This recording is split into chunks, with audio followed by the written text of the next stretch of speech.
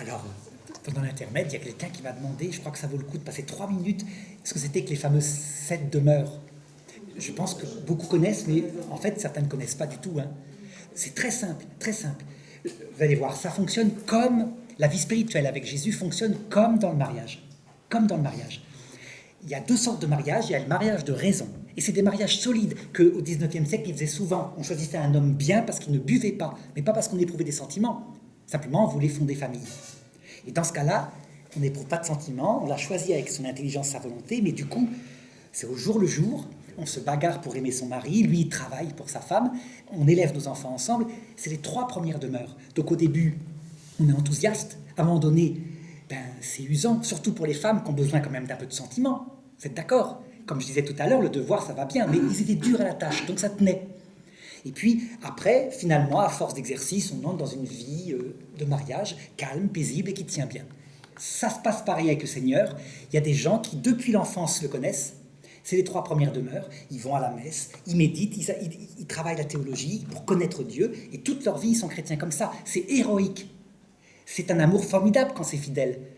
Vous savez, les 3 premières demeures, quelquefois, ils sont bien plus élevés que ceux qui sont dans les 4e demeures. Sauf que la 4e demeure, regardez, c'est correspond au mariage d'amour. D'amour sensible. Hein. C'est quand on tombe amoureux de son fiancé. On est attiré par son cœur, des étoiles dans les yeux, dans le ventre, on est attiré physiquement aussi. Et ça change tout. Ça change tout, c'est tellement facile. Et on s'embrasse et on se prend sur les genoux l'un de l'autre, etc. Ça change tout parce qu'on a connu ce moment-là. Et alors, vous savez ce qui se passe dans le mariage? On se met ensemble. Souvent, l'un des deux croit que les deux d'ailleurs croient que ce sentiment va être à jamais, donc ça va être un paradis de roses éternellement. Et au bout de 2 ans, c'est la vie commune. Et puis, il regarde la télé comme une vieille saucisse de canapé, etc. Enfin, vous voyez bien, c'est normal. Et ça s'appelle la nuit des sens. Première nuit, c'est quand on ne sent plus rien. Et là, c'est une épreuve terrible, surtout pour les femmes, parce que les hommes, ils se rattrapent par le travail et puis le sexe. C'est-à-dire que les femmes, vraiment, ce besoin sentimental, et alors beaucoup divorcent, ne tiennent pas. Et avec le Seigneur, c'est pareil, début de conversion, on sent sa présence, bouleversante, c'est le baptême du Saint-Esprit, et puis au bout de 2 ans où on a prié, eh ben, on commence à être distrait, puis penser à rien, à s'ennuyer, à dormir. Dans la vie religieuse, par exemple, tu te rappelles, moi j'avais une anecdote, j'étais allé voir un couvent de religieuses, et c'était magnifiquement en train de prier, dont certaines prosternées, vous savez, toute l'oraison comme ça. Et puis un jour, je me suis aperçu qu'en fait, elle ronflait. Et la pauvre petite sœur, elle me racontait qu'après l'heure d'oraison, le supérieur tapait, c'était la fin de l'oraison, elle se relevait toute courbattue en disant « Seigneur, pardon, j'ai encore dormi ». Et c'est ça, vous voyez, c'est la même épreuve, c'est la nuit des sens. Certaines quittent la vie religieuse et certaines restent. Mais quand elles sont restées alors qu'elles n'éprouvent plus rien, alors qu'elles dorment, elles sont dans la distraction totale, arrive à un moment donné la paix, c'est la fameuse 5e demeure. Une vie religieuse quotidienne. Il ne faut pas croire, hein, les chants ne font plus rien, je suppose. Depuis le temps que tu les chantes, ça ne touche plus ta sensibilité. Tu les connais. Sauf exception. Sauf exception. Heureusement, on a parfois des belles soirées où tout d'un coup on est... Voilà. Et donc on a besoin de moments de plaisir quand même. Hein. Par exemple, une femme, pour qui son mari n'offre même pas des fleurs à la Saint-Valentin, à un moment donné, elle finit par craquer. Hein. Même si elle se dit, bon, j'ai plus 17 ans, je ne vais pas attendre tout le temps le sentiment, j'ai compris, mais quand même, il y a besoin de plaisir. Ça, c'est la nuit des sens. Vous voyez? Donc, ça arrive dans la vie chrétienne, on en est souvent là, on ne ressent plus rien, mais on est fidèle. Et puis après arrive une autre épreuve dans le couple souvent. Quand arrive 50 ans, que les enfants quittent la maison, la ménopause, que le mari souvent revient à la maison parce qu'il a la retraite, c'est un étranger parce qu'on était centré sur ses enfants. On se demande si on n'a pas gâché sa vie. On ne comprend plus rien. Vous voyez, ça n'a pas de sens. En plus, on va vieillir et puis il n'y a plus de plaisir. Et du coup, beaucoup divorcent à ce moment-là. C'est la nuit de l'esprit. C'est l'intelligence, c'est beaucoup plus grave. Donc il y a des divorces à 60 ans, des divorces à 70 ans. Et bien dans la vie chrétienne, ça arrive aussi quand, à un moment donné, arrive une épreuve pas possible et on n'y comprend plus rien. Pour mon épreuve à moi, dont je vous parlais tout à l'heure, vous voyez, l'avantage, c'est que je savais que ça pouvait arriver n'importe quand, donc c'est pas pareil. Hein, c'est vrai, ça change tout, donc c'est beaucoup plus léger. Mais imaginez quand arrive, moi je suis passionné par être prof, hein, je suis fait pour ça. Donc à 52 ans, tout d'un coup, alors que je suis nommé, pas de faute professionnelle, comme ça, perdre du jour au lendemain son travail avec des enfants aux études. Mais c'est moins dur parce qu'on sait que ça peut arriver. Que si la Sainte Vierge peut arrêter ça, elle l'arrête demain. D'où Marie-Lise que j'ai envoyée auprès de la Sainte Vierge pour qu'elle arrête cela, que je retrouve mon travail. Mais quand on n'est pas préparé, c'est terrible. Et c'est le cas de la petite Lucie. Donc moi, en ce qui me concerne, il m'arrivera un jour, cette fameuse nuit de l'esprit, à savoir peut-être une épreuve où j'ai perdu la compréhension de ça parce qu'il faut bien y passer. La petite Thérèse, c'est ce qui est arrivé. Elle avait parfaitement compris ça, mais à un moment donné, elle n'a plus compris. Et ça, le Seigneur, il enlève cette carte de compréhension quand il veut, parce qu'il veut sauver la petite Thérèse, et me sauver aussi. Donc ça arrive tôt ou tard, mais comme le désespoir ne dure pas tout le temps, ça ne peut pas durer tout le temps, on finit par s'habituer à tout. Ben à un moment donné, ayant connu le désespoir, et donc l'idée de mourir, souvent ça va avec la nuit de l'esprit, hein, c'est l'idée de mourir pour dormir, tellement c'est dur. C'est ça qui marque qu'on est dans la nuit de l'esprit. Alors arrive la 7e demeure où on s'en fiche. Enfin, il n'y a plus que le Seigneur qui compte. 7e demeure, voilà. Et on ne compte plus à soi-même, tant pis, on verra bien, etc. Vous voyez? Alors là, dans le couple, ça arrive. Je l'ai vu avec ma mère, qui à un moment donné, mon père se comportait mal. Elle est partie de la maison. Il a fait tout ce qu'il pouvait pour la retrouver. Elle a compris qu'il l'aimait. Et à la fin, quand il était sur sa chaise roulante, incontinent et tout, elle ne l'a plus abandonné du tout. Elle n'est pas croyante, mais elle avait compris qu'il l'aimait à sa façon. 7e demeure, c'est-à-dire qu'elle cherchait plus, ce qu'elle cherchait, c'est il m'a donné une bonne vie. À un moment donné, je l'ai quitté parce que je croyais qu'il ne m'aimait pas. Maintenant, jamais je l'abandonnerai. 7e demeure, ça arrive dans la vie chrétienne. Voilà. À propos de demeure, il n'y a pas de parallèle à faire avec la demeure matérielle qu'on a vécue. Ça peut arriver dans la vie. Souvent, le nom de sa rue correspond à l'épreuve qu'on vit, rue du Four. Souvent, c'est le moment où on va vivre la 6e demeure. Voilà, par exemple, hein, exactement. Rue de la Blanche-Borne, ça peut être quand on est dans la joie. Oui, par exemple. Plein de petits signes comme ça peuvent arriver dans la vie qui signifient les choses. Mais, voyez, globalement, on y passe soit en ce monde, soit dans l'autre. Et alors, la différence, c'est que notre souffrance à nous est légère. Pourquoi? Parce qu'on sait où on va. Le mauvais larron et le bon larron, c'est bien pire. Mais il ne faut pas croire, il ne faut pas s'inquiéter. Il est en train de les sauver. Sauf que eux, c'est bien plus terrible. C'est pour ça que Jésus dit « Heureux celui qui croit sans avoir vu ». Ça ne veut pas dire que nous, on va aller au paradis ou en enfer. Hein. C'est pas ça. Ça veut dire que nous, notre souffrance, elle est légère. Vous ne trouvez pas que c'est mieux de porter une croix quand on sait que ça a un but et où on va, que porter une croix alors que ça n'a pas de sens? C'est pas une croix qu'on a inventée nous-mêmes, quoi. C'est Oui. C'est une croix qui... C'est notre danger aussi d'inventer notre croix. Absolument. Alors là, par rapport, justement, regardez, quand les enfants font pénitence, qu'ils portent une cilice, un cilice, c'est-à-dire une corde, c'est pas très efficace pour nous rendre humbles. Au contraire, ça peut porter l'effet suivant, on peut finir par se dire, je suis quand même quelqu'un de bien, je porte un cilice. Tandis que quand arrive l'épreuve qu'on ne veut pas, donc ils ont été ébouillantés, là, dans la casserole, là, ça marche. Donc c'est toujours l'épreuve qu'on ne voudrait pas, qui nous introduit dans la 6e demeure, donc la nuit de l'esprit. Trop souvent. Et la 7e, c'est quoi? La 7e, c'est une fois qu'on a connu ce désespoir, on s'habitue, on se calme, on devient paisible, on retrouve la paix, et du coup, on est libre, parce que plus rien ne peut nous séparer du Christ. C'est avant... C'est l'oubli de soi-même et de penser qu'au Christ. Oui, mais c'est pas un oubli de soi-même. C'est pas un oubli de soi-même où on essaie de s'efforcer à s'oublier. Là, de fait, on n'a plus d'illusion sur soi. C'est facile, quoi, parce qu'on sait, on est passé par là. Et du coup, on comprend les pauvres personnes athées qui parfois se suicident parce qu'on est passé par là. Nous, on n'est pas suicidés, on était chrétiens, mais du coup, on est compatissants, etc. Ça transforme le cœur. C'est pas le nirvana. Hein. Non. C'est pas la dissolution de l'être. Au contraire, l'être intérieur devient d'autant plus beau, fort et il acquiert son identité. Mais en même temps, c'est une identité qui est vraiment humble et... Mais que s'oublier soi-même, c'est plus... Et s'oublier soi-même, C'est dans un l'effort langage d'ascèse. Dans un cas d'extrême, c'est extrême oriental ou bouddhiste, tu vois, ça veut dire mon être est dissolu, j'ai plus de passion, j'ai plus de haine pour personne et plus d'amour pour personne, je suis dissous, tu vois. Donc c'est pas ça la 7e demeure. Non, c'est plutôt seul l'autre compte, parce que d'abord on sait qu'on est pauvre, mais on aime Dieu et le prochain. Est-ce qu'on peut dire que c'était l'état d'abandon total? Ça va avec. Tout ce qu'on cherchait à avoir par l'ascèse avant est naturel à la fin. C'est complètement naturel. Comment vous expliquer ça? Imaginez que vous ayez vraiment pensé un jour, tellement ça n'allait pas, à mourir. Tout est relatif. quand vous lisez, par exemple, l'ange qui dit porter un cilice, c'est tellement relatif. Et la petite sœur qui est prise le vendredi saint à boire de la crème. Ce qui compte, c'est le Seigneur et l'amour de son prochain. On est libre, on est changé, et les choses sont à leur juste place. Le salut de nos pauvres frères et le Seigneur. Et on n'attend pas les résultats, parce que les résultats, c'est Dieu qui va les donner. Donc, il est en train de purifier de la même façon ceux qui ne sont pas croyants. Et nous, on a la chance de souffrir moins qu'eux, puisqu'on est croyants. C'est assez difficile à faire comprendre. Ça. Complètement. Ça, c'est difficile. Ah oui, oui. Mais par contre, hein, tu le vis, puisque tu as perdu ta femme, tu m'as dit ça, et pour toi, ben, c'est même pas une souffrance, ça paraît choquant. Puisque... Moi, je suis vraiment sûr que j'aime ma femme, oui. au moment où elle rend son âme à Dieu. Voilà. Et elle est, en plus, elle est là. Parce que je n'ai pas pensé, qu'est-ce que je vais devenir moi maintenant? Rien. Tout à fait. Rien. Et en fait, elle ne t'a pas quitté parce que, si, sensiblement, elle n'est plus là, mais elle ne t'a pas quitté parce que tu sais qu'elle est là.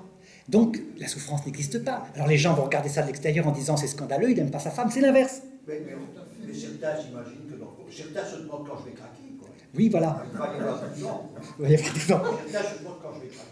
Oui, oui. Pas possible, il est là, il essaye de me montrer un beau visage, etc., de se montrer costaud. Non, mais c'est naturel. En fait, on est heureux parce qu'on sait qu'ils ne sont pas loin. Il y avait une question aussi pour toi. Je me demandais si ça va vraiment... ça se passe une fois ou ça peut se répéter? Ça peut se répéter. Parce qu'en fait, dans l'Apocalypse, il y a un texte qui raconte il y avait une bête à 7 têtes et 10 cornes. L'une des têtes avait été blessée à mort, puis elle avait repoussé et les gens étaient en admiration devant la tête qu'elle avait repoussée. Ça signifie quoi, symboliquement? C'est l'un des symboles, il y a plein d'autres sens. Dans notre tête, il y a une bête à 7 têtes et 10 cornes, c'est nos péchés capitaux, dont le plus puissant, l'orgueil. Et quand on passe par la nuit de l'esprit, qu'elle n'a pas été si profonde que ça, donc on a eu un désespoir avec des pensées de mort, et puis tout d'un coup ça va mieux, on oublie. Mais je signale que quand on a vraiment connu la nuit de l'esprit, même 30 ans avant, on ne l'oublie pas, et on tremble à l'idée de pouvoir la revivre, tellement c'est effrayant ce qu'on a vécu. Et donc l'orgueil repousse, on oublie. Donc on peut la revivre plusieurs fois. Ce n'est pas des étapes chronologiques, c'est plutôt des étapes spirituelles. On peut même quelquefois connaître la nuit d'esprit alors qu'on n'est pas encore chrétien. Je vous ai dit, l'avare qui perd sa cassette, c'est une nuit de l'esprit, il n'a plus son trésor. Sauf que c'est une nuit d'esprit du mauvais larron qui fait que se réalise la parole que Dieu donne à Moïse, testament de Moïse. Je vous disperserai parmi les nations étrangères, Deutéronome, testament de Moïse. Vous serez attaqués par une nation dont vous ne comprendrez pas la langue. Mais là, dans cette nation, vous serez dispersés, je vous donnerai un cœur brisé, des yeux baissés, tremblants, un regard sur le sol. Les Juifs, qui sont le peuple prophète, l'ont vécu dans leur chair à Auschwitz. Ils ne pouvaient pas, ils baissaient les yeux devant les nazis. Pour signifier, c'est ce qu'a voulu l'Esprit Saint, ce que c'est que cette nuit de l'Esprit quand on la vit dans son âme. Mais c'est le même mystère. Donc, un jour, il nous créera ce cœur-là, ce cœur brisé, mais au moment voulu. Il ne faut pas le demander, hein. Pas maintenant. En tout cas, quand on est jeune, à 80 ans, on peut le demander. Alors, allons-y maintenant, continuons si vous voulez, et on refera des questions sans arrêt comme ça, sur l'enfer. Sur l'enfer, ça vaut le coup, donc regardez. Ça se passe donc, cette apparition-là, c'est les 3 secrets de Fatima, le 13 juillet 1917. Alors, d'abord, un truc très important que je dis, mais je répéterai, il y a 3 secrets de Fatima qui reprennent, en fait, c'est là qu'on voit que c'est extrêmement théologique, les 3 sens qu'ont tous les textes de l'Écriture quand ils parlent de la fin du monde. Premier secret, l'enfer, il indique notre destin personnel qui peut nous arriver si on n'y prend pas garde, donc aux pécheurs. Deuxième secret, la Seconde Guerre mondiale et la guerre froide, la fin d'une génération. Une génération qui est passée, donc c'est la génération quand le communisme est tombé en 89. Et troisième secret, troisième sens de la fin du monde, c'est la fin des fins du monde qui viendra à la fin du monde. Et donc vous allez voir, on va analyser par chacun des exemples un de ces 3 sens, et le premier, c'est donc notre destin individuel. Donc dès que vous tombez sur un texte de l'Écriture qui semble parler de la fin du monde, dites-vous bien, il ne parle pas de la fin du monde seulement, il parle aussi de l'heure de ma mort. Je donne un exemple si vous voulez. Cette génération ne passera pas avant que tout ne soit accompli. En ce jour-là, 2 hommes seront dans un champ, L'un sera pris, l'autre laissé. Mes paroles ne passeront pas. Donc cette génération ne passera pas avant que tout ne soit accompli, ça veut dire le retour du Christ. Donc les chrétiens, il y a 2000 ans, ils se disent, ça veut dire que le retour du Christ est pour maintenant, dans sa gloire, donc on se marie pas. Saint Paul leur dit, mais erreur d'interprétation, mariez-vous. Eux, ils avaient compris que le sens littéral. Pourtant, ils avaient après le verset suivant qui disait « Deux hommes seront dans un champ, l'un sera pris, l'autre laissé ». Ça veut dire quoi? Il y en a un qui a fait un infarctus et l'autre, eh ben, il est là, il le ramasse. L'un est pris par le ciel, vers le ciel. Jésus mêle exprès ces trois sens, tout le temps. Du coup, quand on se dit « Est-ce que le retour du Christ a eu lieu pour la génération de Jésus ?» Vas-y, donne l'explication. Louis. Léon, oui, c'est Louis et Léon. C'est un mouvement que j'ai de compréhension immédiate. Oui, eh bien c'est simple. C'est bien difficile. Je vais le dire. En fait, la génération qui a connu le Christ, 50 ans après, ils étaient tous morts. Ils avaient vu le retour du Christ. Regardez, plaçons-nous il y a 100 ans. On est en pleine guerre 14. On est dans les tranchées ou alors vous êtes femme de soldats à la maison. Et vous dites, le retour du Christ, il n'existe pas. Hein, c'est n'importe quoi. Ils ont tous connu le retour du Christ, sans exception. Le dernier soldat de 14 est mort il y a 5 ans. C'est réel, ils l'ont vu venir dans sa gloire, seulement individuellement à l'heure de la mort. Donc ça se réalise, selon les trois sens, individuellement, à chaque génération, et une fois à la fin du monde, pour tout le monde ensemble. Voilà. Et on va le voir dans les secrets de Fatima. Alors regardez le premier secret, ça se passe comme ça. Le 13 juillet, 4000 à 5000 personnes s'étaient déplacées à Fatima, à la Cova d'Iria, et tous récitaient le chapelet. Donc toujours pareil, le chapelet central, puisque c'est la relation à Dieu. J'avais oublié de dire d'ailleurs pourquoi le chapelet était valable pour toutes les demeures, mais ça on le verra peut-être dans des questions. Lorsqu'il fut terminé, Lucie regarda vers le levant et dit « Notre-Dame arrive ». La lumière du jour diminua, comme au moment d'une éclipse, la température qui était chaude diminua. Quelques instants plus tard, la petite Jacinthe, voyant sa cousine qui regardait Notre-Dame sans oser lui parler, lui dit « Parle-lui donc, tu vois bien qu'elle est là ». Et Lucie se décida donc « Que veut de moi votre grâce ? Je veux que vous veniez ici, le 13 du mois qui vient, que vous continuiez à réciter le chapelet tous les jours en l'honneur de Notre-Dame du Rosaire, pour obtenir la paix du monde, on est en pleine guerre 14, et la fin de la guerre. Mais toujours pareil, hein, pour obtenir la paix du monde, dans le langage de la Sainte Vierge, ça veut dire la paix de l'âme, parce qu'on sait que la vie éternelle existe, donc ce dont on parlait avec Léon tout à l'heure. C'est pas seulement la guerre, la fin de la guerre, c'est aussi la paix de l'âme. Alors, je voudrais vous demander de nous dire qui vous êtes et de faire un miracle afin que tout le monde croie que votre grâce nous apparaît. Continuez de venir ici tous les mois, répond la Vierge. En octobre, je vous dirai qui je suis, ce que je veux. Je ferai un miracle que tous pourront voir, donc ça on le verra demain. Pour croire, sacrifiez-vous pour les pécheurs et dites souvent à Jésus, spécialement lorsque vous priez cette prière, et elle donne une prière, ô Jésus, c'est par amour pour vous, pour la conversion des pécheurs et en réparation pour les péchés commis contre le cœur immaculé de Marie. Donc vous voyez, toujours un enseignement, elle leur apprend à lire. Et c'est là que se passe la vision. Disant ces paroles, elle ouvrit ses mains, un reflet de la lumière qui s'en dégageait parut pénétrer la terre, et les enfants virent alors comme un océan de feu où étaient plongés les démons et les damnés. Celles-ci, les âmes des damnés, étaient comme des braises transparentes, noires ou presque, ayant forme humaine. Elles flottaient dans cet océan de fumée. Les cris et les gémissements de douleur et de désespoir horrifiaient. Ils étaient effrayants. Les démons se distinguaient des âmes des damnés par des formes horribles et répugnantes d'animaux, effrayants et inconnus, mais transparents et noirs comme du charbon ardent. Effrayés et comme pour demander secours, les enfants levèrent les yeux vers Notre-Dame et dit, vous avez vu l'enfer où vont les âmes des pauvres pécheurs. Pour les sauver, Dieu veut établir dans le monde la dévotion de mon cœur immaculé. Si on fait ce que je vais vous dire, beaucoup d'âmes se sauveront et on aura la paix. Voilà, j'arrête là. Regardez, cette vision qu'ils ont eue, c'est la même qu'on voit parfois dans les NDE, les expériences proches de la mort. Des gens qui sont en arrêt cardiaque, qu'on arrive à réanimer à peu près grâce au système de la médecine moderne, et à peu près 20% voient un être de lumière magnifique, 20% voient quelque chose, et parmi eux, 80% voient un être de lumière magnifique accompagné de leurs proches décédés, donc c'est le Christ, et 20% ont une vision de l'enfer. Exactement comme ça, la même chose. Des diables horribles, des damnés qui veulent les attraper avec des doigts griffus, etc. La question que je vous pose, c'est, à votre avis, c'est quoi l'enfer? Est-ce que c'est ça ou est-ce que c'est une vision symbolique? C'est ça. Symbolique. Symbolique, parce que l'enfer, c'est la privation de Dieu. Je crois qu'on peut le dire et même l'affirmer en théologie, tout simplement pour une raison, c'est que la théologie dit que les âmes de l'enfer y sont volontairement, par le péché contre l'Esprit Saint. Ça veut dire en fait que ça, c'est une vision du point de vue du ciel.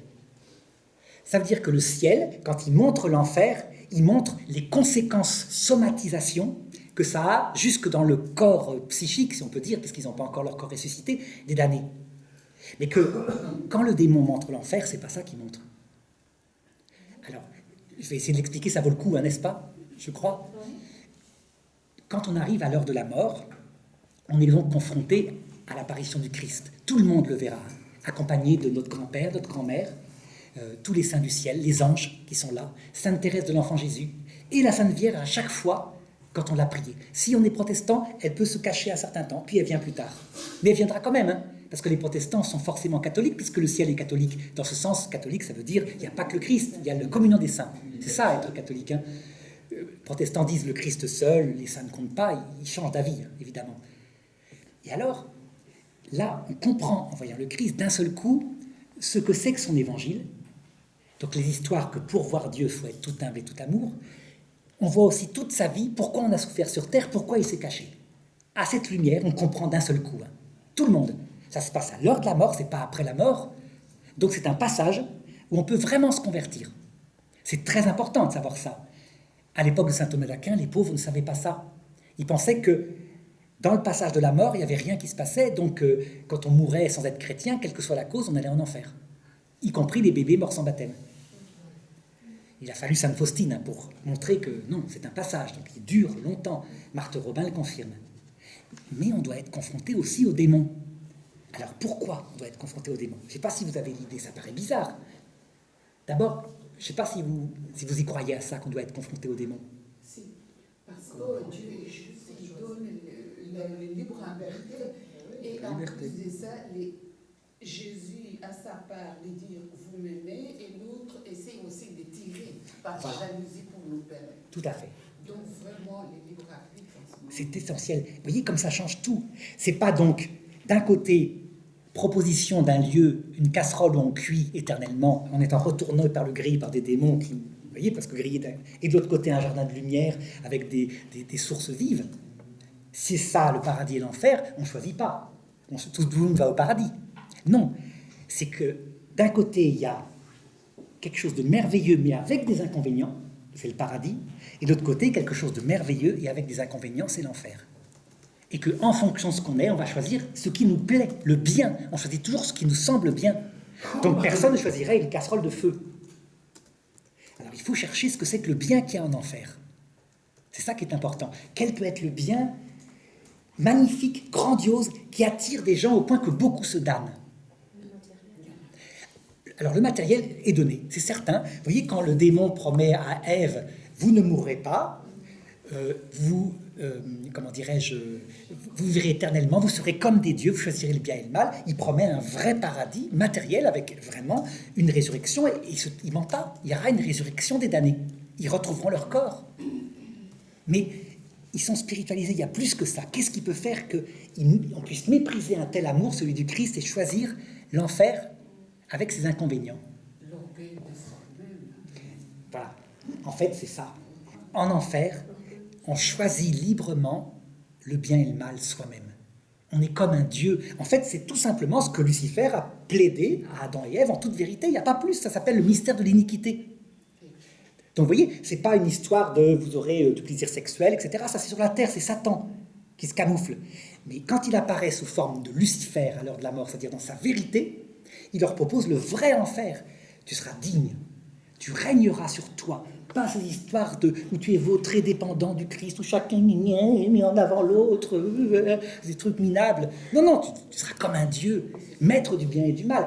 Et vous imaginons Adolf Hitler, par exemple, un homme qui, jusqu'au bout, ne cède pas. Vous savez, il envoie même en 1945 des jeunes de 15 ans pour aller tuer les chars russes. Il sait très bien que la guerre est perdue, donc ils veulent qu'il meure, c'est la meilleure jeunesse allemande. Il ne cède pas, puis quand on va l'attraper, il a vu ce qu'on a fait à Mussolini la veille, mais il finit par se suicider. Cet homme-là, il arrive de l'autre côté, bien vivant, il s'y attendait peut-être pas, hein.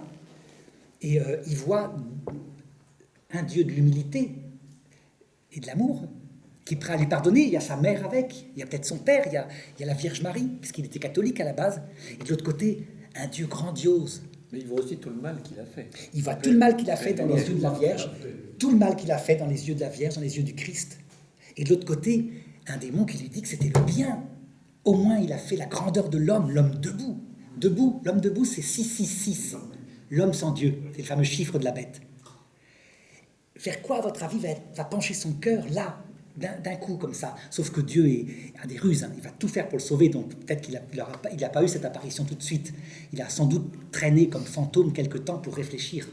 Parce que Dieu essaye vraiment de sauver par tous les moyens. Mais s'il est resté ferme dans sa décision que ce qui comptait, c'était la gloire, qu'est-ce qui l'attire, à votre avis? Lucifer. Exactement. Il devient le fureur de son petit monde. Alors évidemment, il ne règne plus sur une foule de gens. Mais ils vont se bagarrer en fait. Il va se bagarrer avec Non, pas vraiment. Pas vraiment. Ils sont comme une armée rangée en bataille, c'est-à-dire qu'ils détestent, ils méprisent de tout son cœur le Christ. C'est tout ce qu'ils détestent. Ce juif en plus. Parce que tout comme ça, hein, ça va. Cet amour, le sous-homme vautré dans l'amour, etc. Il le méprise de tout son cœur. Et donc, comme il se rend compte en enfer qu'il est malheureux, parce qu'il y a un problème, leur cœur est fait pour voir Dieu face à face. Donc, en conséquence, toutes les souffrances annoncées par l'Évangile, par Jésus, se réalisent. Sauf que Dieu ne les impose pas, elles viennent naturellement par somatisation. Donc, c'est très simple, c'est de la psychologie de base. Imaginez, alors que vous êtes faite pour voir Dieu face à face, sinon votre cœur n'a pas de sens. Pour être avec vos enfants, avec votre mari, ceux que vous aimez, sinon ça n'a pas de sens. Eh bien, que vous choisissiez l'amour de vous-même au point de perdre ces deux choses-là, seulement ça. Vous ne voyez pas Dieu face à face, parce que Dieu dit, très bien, tu ne me verras pas face à face. Et les damnés disent, mais pas question, on veut te voir face à face, parce que c'est la puissance. Donc eux, ils veulent, non pas le mariage avec Dieu, mais posséder la trésor de la puissance du Père.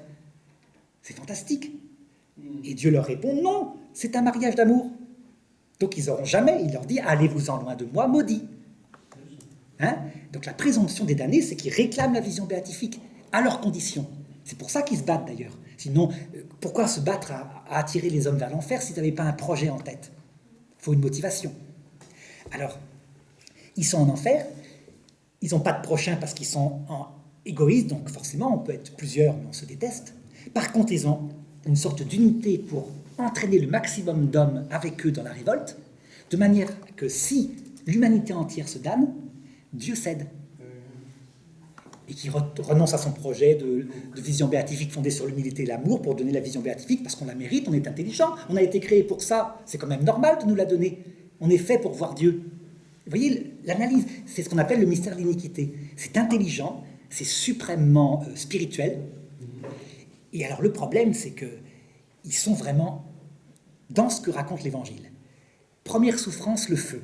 Alors le feu, ça quelqu'un me l'a demandé, hein. Est-ce que le feu est matériel comme là? Est-ce qu'ils sont dans une casserole à bouillir? Et quelqu'un me téléphonait, mais sans arrêt, ça l'angoisse. Et donc je pense à lui dans la vidéo. Est-ce que le feu est matériel? C'est-à-dire vraiment... C'est l'amour de Dieu, c'est l'amour de Dieu dont il souffre de ne pas vouloir. Exactement, c'est un peu ça. Alors pour analyser, regardez, je vous ai dit, le cœur humain est fait par nature pour voir Dieu, ce qui fait qu'actuellement on est un peu en feu, parce qu'on n'est pas dans son lieu ici sur Terre. On est fait pour voir parfaitement cet être qui correspond à notre cœur. Donc leur cœur a une espèce de logement, on pourrait dire, c'est pas le cœur physique, hein, je parle du cœur spirituel, où doit habiter Dieu par la vision béatifique. Sur Terre, on se contente de la grâce, de la prière, mais on est fait pour voir Dieu. Du coup, leur volonté libre le refuse, parce qu'ils ne veulent pas les conditions. L'humilité et l'amour. Donc il y a une tension dans leur âme entre leur nature faite pour voir Dieu et leur cœur qui refuse. Ça met leur âme en feu. Ce feu, très concrètement, c'est une espèce d'angoisse. Vous voyez un peu cette boule-là qu'on a quand on est très angoissé, sauf que c'est une angoisse de haine, de violence. Première chose, c'est ça. Donc vous voyez, c'est un feu bien plus terrible que le feu matériel, hein.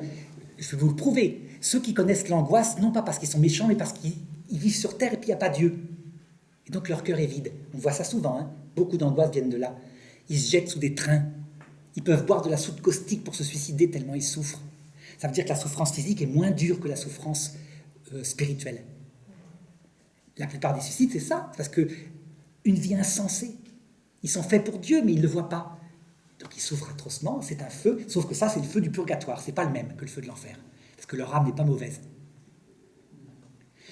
Deuxième conséquence, les pleurs et les grincements de dents. Vous voyez tout ce que dit Jésus. Les pleurs. En fait, à votre avis, est-ce qu'ils pleurent parce qu'ils se repentent? Non. C'est pleurs de rage alors. Exactement. Des pleurs de rage. Des pleurs de rage. Et pour une raison très simple, regardez. Les grincements de dents aussi, ça va avec. Quand par hasard, il rencontre un de ces êtres méprisables, qui n'est pas un surhomme, à la Hitler, qui sont au paradis. Par exemple, la pire de toutes, la plus méprisable de toutes, la Vierge Marie, cette petite femme à Medjugorje avec un message gnangnan, comme je disais tout à l'heure. C'est que des trucs d'enfants, convertissez-vous, priez. Et puis qui est la reine, qui possède le pouvoir sur tout, elle n'a même pas besoin de demander à Dieu, elle apparaît où elle veut, clac, elle guérit qui elle veut. Ça les met en rage. Mais vraiment, leur échec est total, ils le voient quand ils la rencontrent. Donc quand il y a une possession, par exemple, comme on voit en Afrique, parce que là-bas c'est comme ça qu'il agit, et que le prêtre vient exorciser, qu'est-ce qui se passe? La Sainte Vierge arrive, réellement. Ça les fait tellement souffrir de rage, de violence, de colère, ça leur rappelle leur échec, que s'ils pouvaient partir, ils partent tout de suite. Mais parfois, ils ne peuvent pas parce qu'ils sont liés par un pacte, et donc à force, ils finissent par se retourner contre le sorcier pour qu'il le libère du pacte. Parce qu'ils veulent fuir à l'autre bout de l'univers pour être jamais dans la rencontre avec ces gens qu'ils méprisent.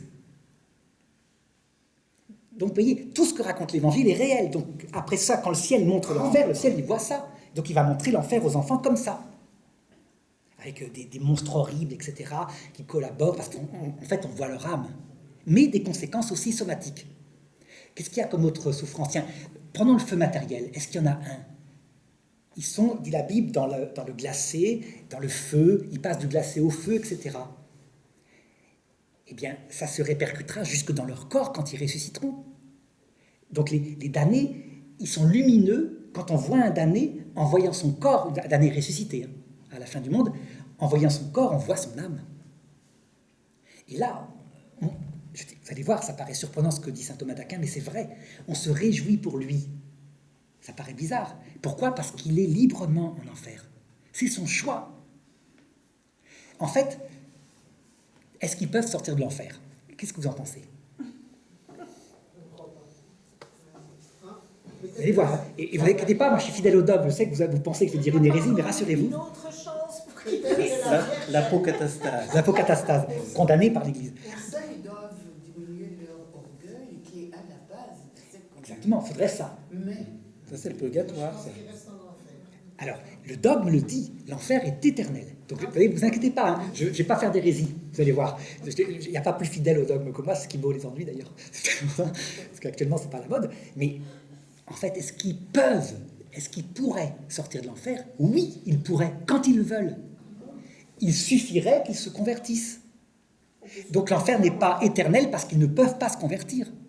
Et parce qu'ils ne veulent pas se convertir. Ça change tout.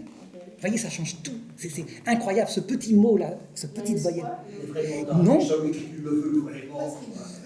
il n'y a pas d'espoir du tout parce que c'est le péché contre l'Esprit Saint. En fait, regardez, nous, quand on est sur Terre, on pêche contre le Père et contre le Fils, principalement. C'est-à-dire, contre le Père, c'est par faiblesse. Le Père, dans la Trinité, on lui attribue la puissance parce que c'est de lui que procède tout, le Verbe et le Saint-Esprit. Donc, on appelle péché contre le Père nos péchés mortels de faiblesse.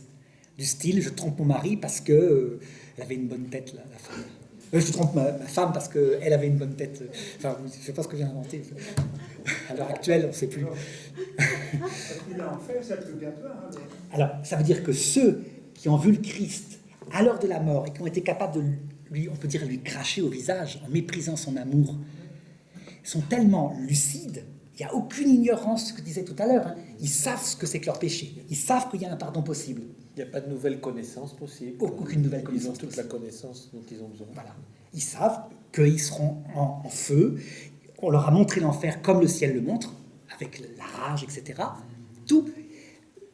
Ils savent les avantages qu'ils auront en enfer, la liberté totale de faire ce qu'ils veulent, de régner sur leur petit monde intérieur, avec le malheur. Ils n'ont aucune faiblesse aussi. Vous savez, les gens qui approchent la mort le racontent.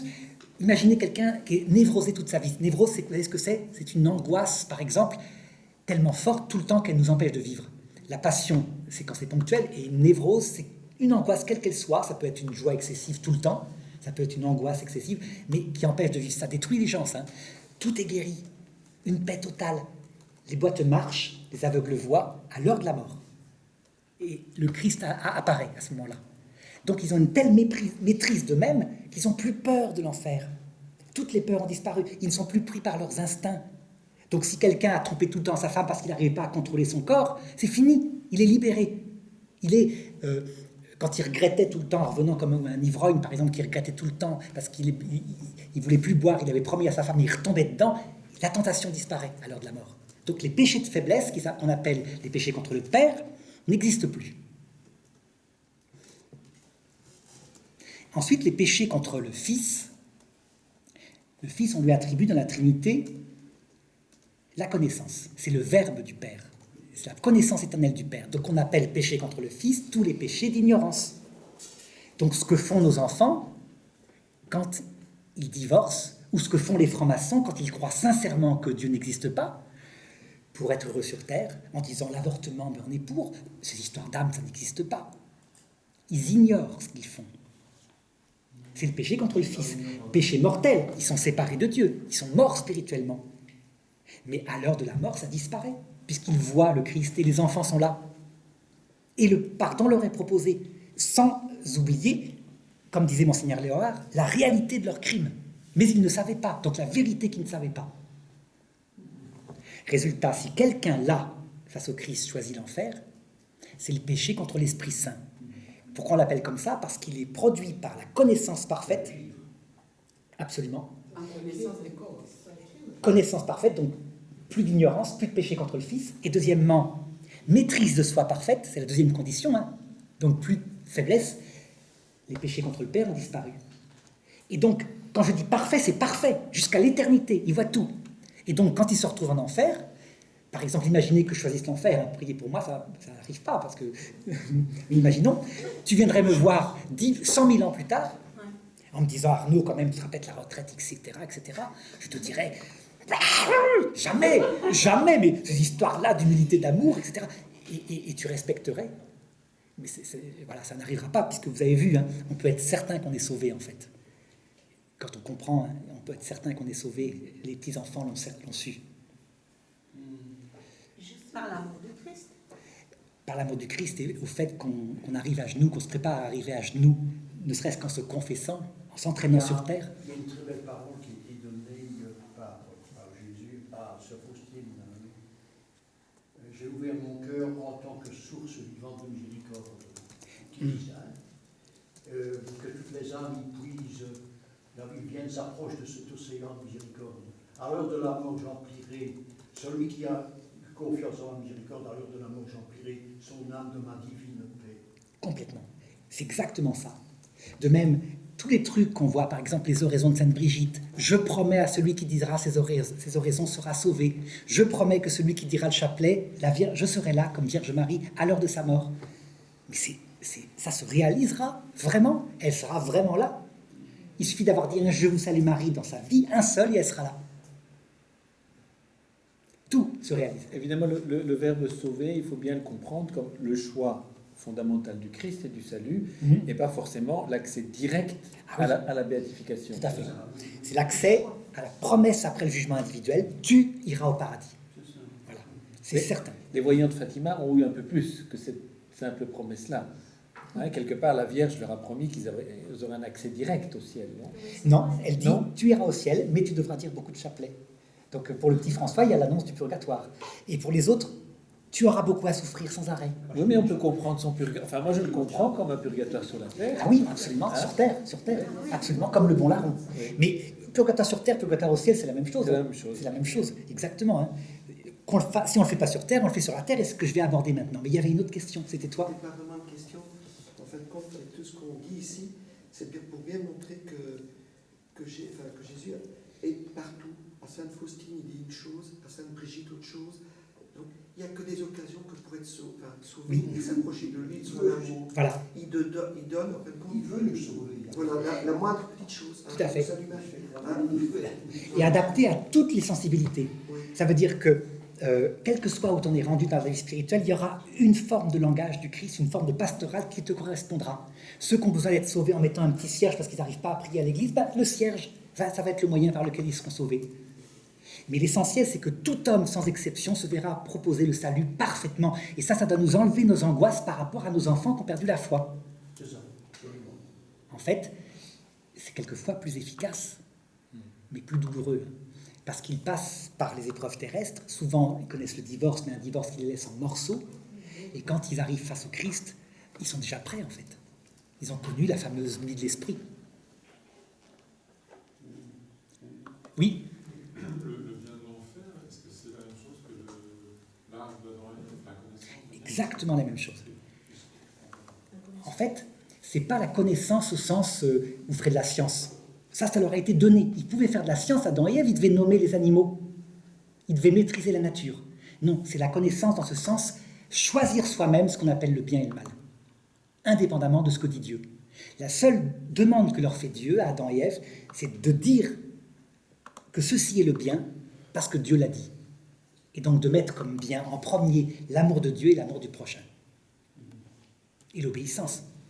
Et eux... Est-ce qui n'empêcherait pas de le choisir lui-même? Il le choisit lui-même. Ah ben oui, ça c'est faire le même choix que Dieu. Le problème, c'est que le démon va proposer d'autres biens à mettre à la place, du style choisir toi-même, le bien et le mal, c'est un acte d'orgueil. Oui, mais sinon on fait le bon choix. Eh bien c'est très bien. Tu es dans la volonté de Dieu. Le problème, c'est que tu vas être tenté à un moment donné parce que c'est de l'humilité. Et ça, il ne supporte pas. Donc il va te proposer quelque chose d'autre. Toi-même, tu choisiras ce qui est vrai et ce qui est faux. Un exemple, l'histoire du dogme. Ça paraît bizarre. On ne peut pas démontrer que des choses révélées par le Christ sont vraies, mais on doit y croire. Tu peux choisir librement de ne pas y croire et de faire ta propre théologie. Il va te laisser faire. Seulement, tu n'auras pas la plénitude de la vérité révélée par le Christ.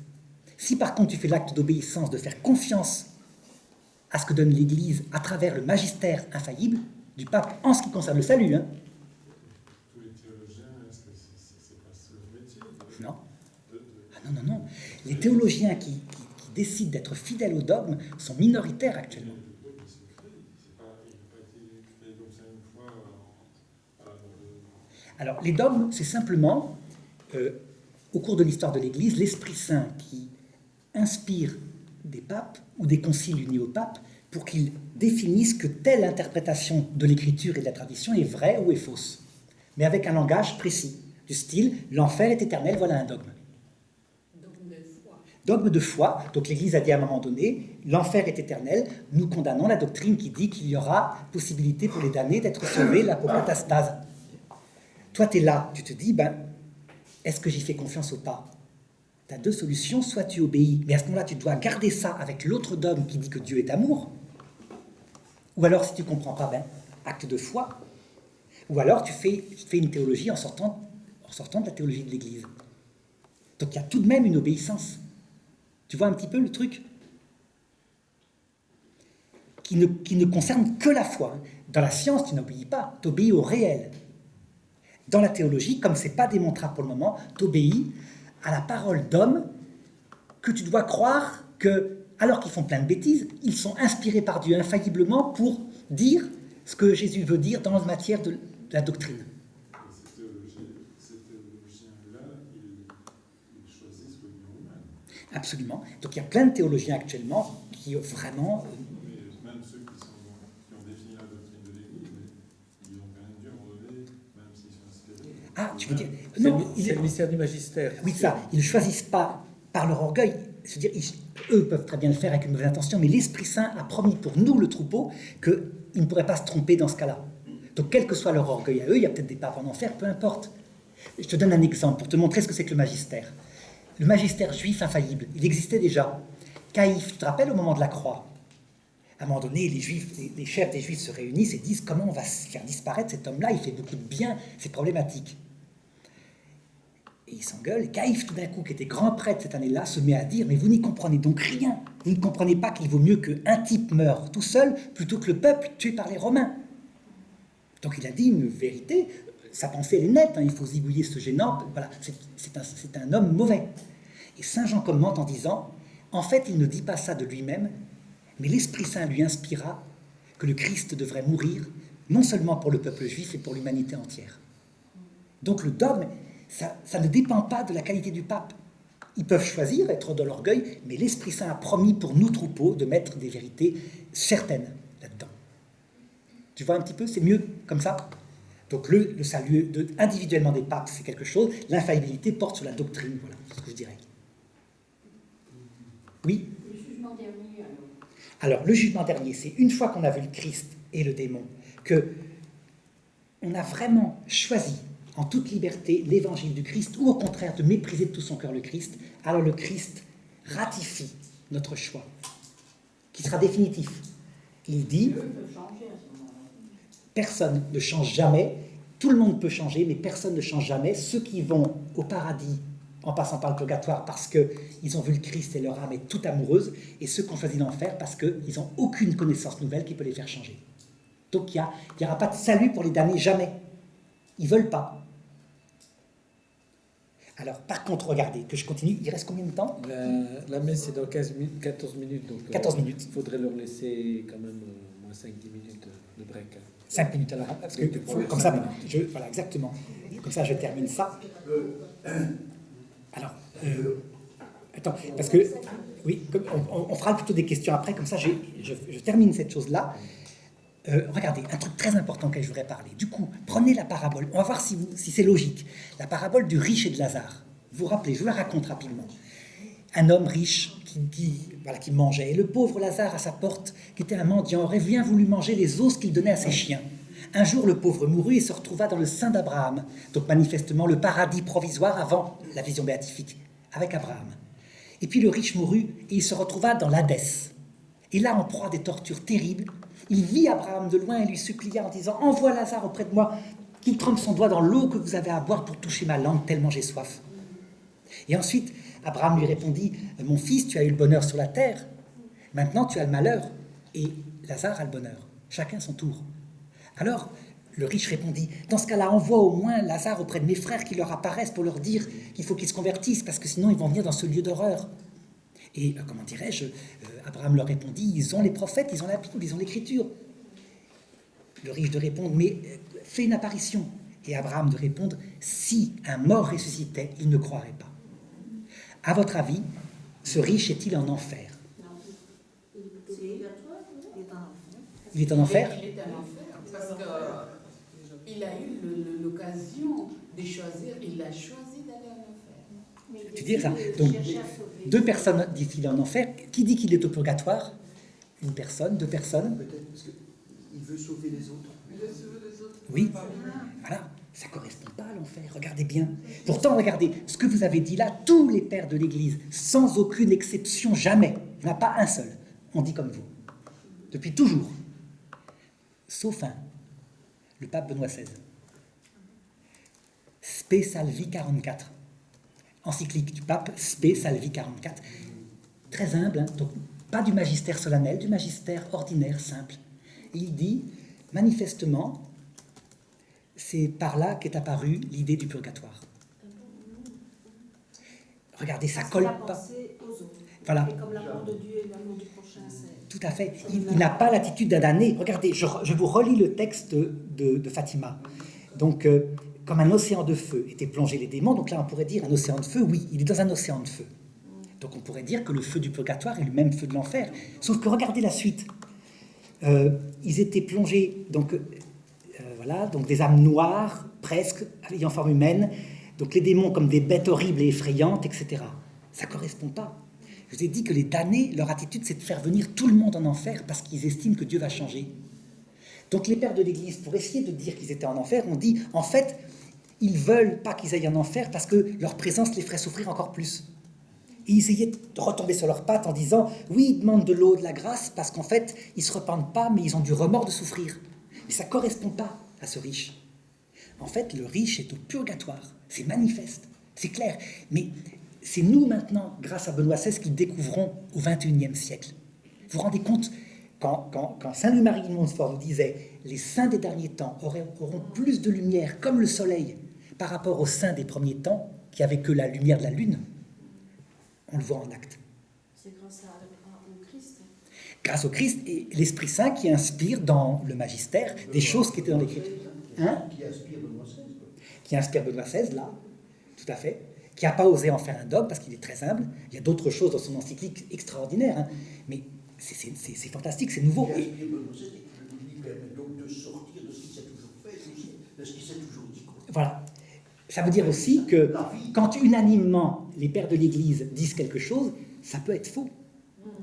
Seul le magistère est infaillible, à cause d'une grâce qui vient de l'Esprit Saint, promise à Pierre. Il a dit, j'ai prié pour que ta foi ne défaille pas. Et juste après, il lui a dit, tu vas me renier 3 fois.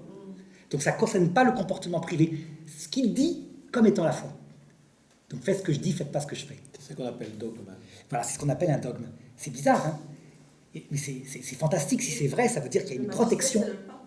Le pape ou les conciles unis au pape, mais toujours, c'était donné à Pierre et à ses successeurs individuellement, donc au pape François actuellement. S'il était en enfer, il ne pourrait pas penser aux autres. Hein. S'il est en enfer, oui, il aurait une autre attitude, il dirait, on va ruser pour les entraîner à venir en enfer. Je vais aller voir mes frères pour qu'ils restent bien dans leur égoïsme, comme ça on sera plusieurs. Voilà. Ouais, complètement. Alors, c'est important parce que, vous voyez, ça change tout. En fait, quand on dit que le Christ est miséricordieux, qu'il est juste, c'est vrai, mais c'est tout à fait différent de ce que disait saint Thomas d'Aquin, qui pensait qu'il était miséricordieux sur terre, on pouvait se convertir, puis à l'arrêt du cœur, il était juste comme un capot d'Auschwitz. Non, il est lui-même tout le temps, il est juste et miséricordieux de la même façon avant et après. ça c'est réconfortant, c'est plein d'espoir. Complètement. Et c'est surtout cohérent. Hein, complètement cohérent. On ne voit pas le Christ qui change de personnalité. Voilà, ça y est, je crois que oui. c'est à peu près.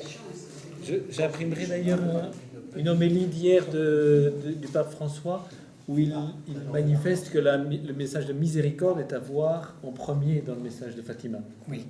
C'est vrai qu'une lecture rapide laisse croire que Fatima, c'est d'abord la justice de Dieu. Hein, mais en fait, une lecture attentive montre que c'est vraiment la miséricorde que la Sainte Vierge vient prêcher. Hein. Absolument. Mère de miséricorde.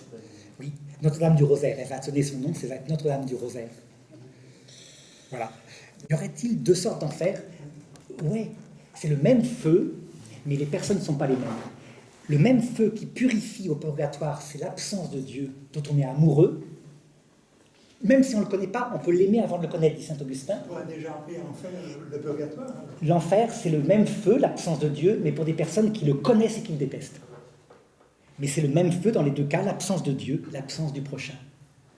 Donc nos enfants qui n'ont pas la foi et qui sont angoissés sont dans un enfer qui s'appelle le purgatoire, enfer provisoire, et leur cœur est en train de se purifier. C'est le même feu, il leur manque Dieu. Mais j'aimais bien ce mot de tension que tu utilisais pour caractériser le feu. Hein. Tu disais, c'est une tension entre ce pourquoi je suis fait et la réalité des choses qui fait que je ne suis pas satisfait dans ce besoin-là. Tout à fait. Ça produit un feu de... Et ce feu, on le connaît, on le voit sur Terre, dans les hôpitaux psychiatriques, ce sont les angoissés. Il y a Beaucoup d'angoissés. Il y a un feu dévorant, il y a un feu ardent. Oui, tout à fait. Au paradis, c'est le même feu, c'est la présence de Dieu. Et du prochain. Voilà. Moi, je veux pas. Oui.